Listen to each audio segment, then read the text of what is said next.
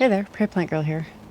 The other night I was craving something sweet, so I grabbed one of my favorite recipes and the leftover rhubarb from making that rhubarb barbecue sauce the other day. If you haven't seen it, check out the video that I made on making rhubarb barbecue sauce. But this is brownie. It's a rhubarb cream cheese swirl brownie. It's so delicious. In fact, I made this just a couple days ago, and this is the last piece I have left in the house because my daughter took a chunk of it home with her. So I'm on my last piece here. But I just recorded the video quick in the evening, and there's lots going on in the house, so I just did a voiceover. So excuse the voiceover, but I wanted to share the recipe with you, and I thought that was a great time to do it while I was making it. So enjoy the recipe that's following, and hopefully you try this recipe and enjoy it as much as I did. So the ingredients for this recipe are broken up into 3 sections. So for the rhubarb swirl, you're going to need 2 cups of sliced fresh rhubarb and half a cup of granulated sugar. And then for the cream cheese swirl, you're going to need half of a 250 gram package of cream cheese softened, 2 tablespoons granulated sugar, 1 egg yolk, and half a teaspoon of cornstarch.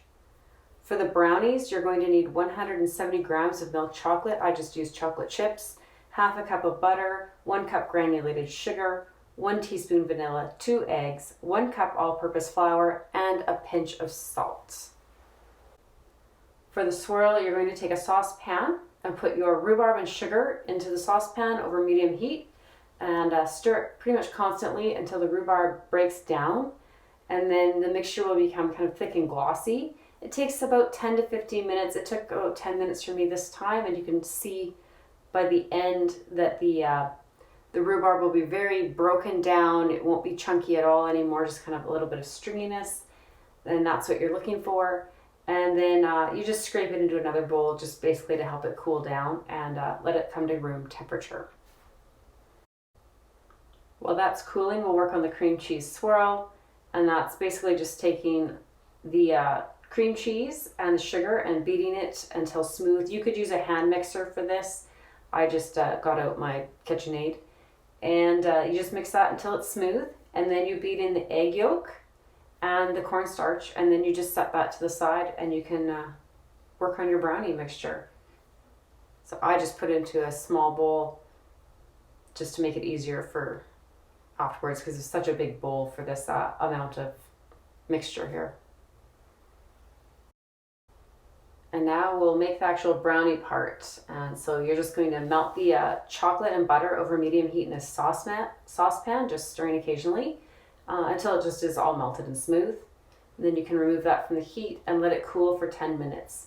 You could probably do this part ahead of time while you're making the cream cheese swirl, but I just did it all in order. And then you're going to whisk the sugar and the vanilla into the chocolate mixture, and then whisk in the eggs one at a time, and stir in the flour and salt. Then you're just going to scrape it into a parchment paper lined 9-inch square cake pan. Oh, this looks so yummy. Okay, so then once you get the brownie part into the pan, you're just going to alternately dollop or spoon out the cream cheese mixture with the rhubarb mixture, and just kind of dollop it all over, kind of in an alternating pattern. And then you're just going to run a knife through it to kind of get a little bit of a swirl going on in the on the topping there. You don't really want to reach your knife down into the brownie. You're just trying to swirl the topping. You'll also need your oven preheated to 350 degrees. I don't think I told you that. So once you get everything in the pan and you have a nice little swirl on it, then you can bake it until a cake tester or toothpick comes out of the center with just a few moist crumbs clinging to it, about 40 to 45 minutes. And then you'll just let it cool completely in the pan before pulling it out and slicing it. Now this can keep in the refrigerator for a couple of days in an airtight container. It is best served at room temperature though, so if you're keeping it in the fridge, just warm it up a little bit before serving it. You can even just microwave it very gently for a few seconds to bring it up if you're in a hurry. I highly recommend trying this recipe. It is absolutely delicious and worth the little bit of extra effort it takes.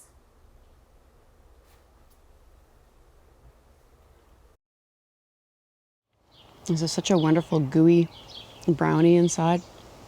And then that topping is sweet, but the cream cheese kind of offsets the sweetness a little bit. It's just the perfect combination. I really recommend that you try it. So hopefully you enjoyed seeing the recipe come together. And if you liked this video and you enjoy seeing me cooking the food that I grow in my garden, then give this video a thumbs up. Subscribe if you haven't already, and we'll see you in the next video. Bye.